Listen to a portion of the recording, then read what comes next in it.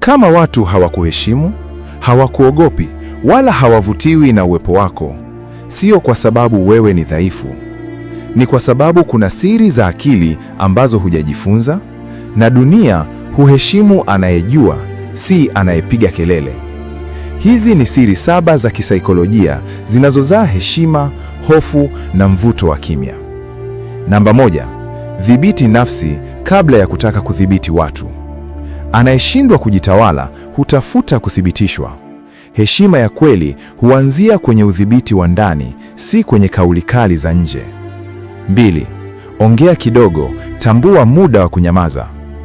Maneno mengi hupunguza uzito wa uwepo.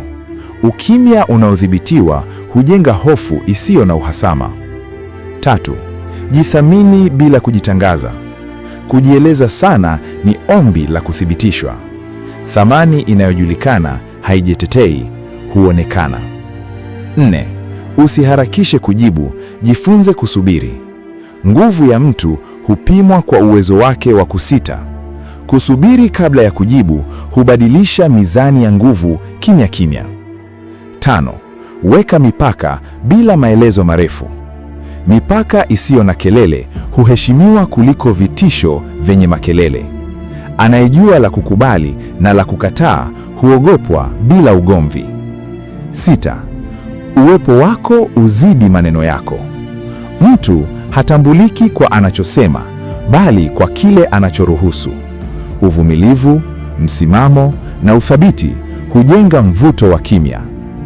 7, jua lini uondoke na lini uonekane. Anayeonekana kila mahali hupoteza uzito. Kutokuwepo kwa makusudi huongeza thamani ya uwepo. Heshima, hofu na mvuto havitafutwi, hujengwa ndani kisha hujitokeza nje kimya kimya.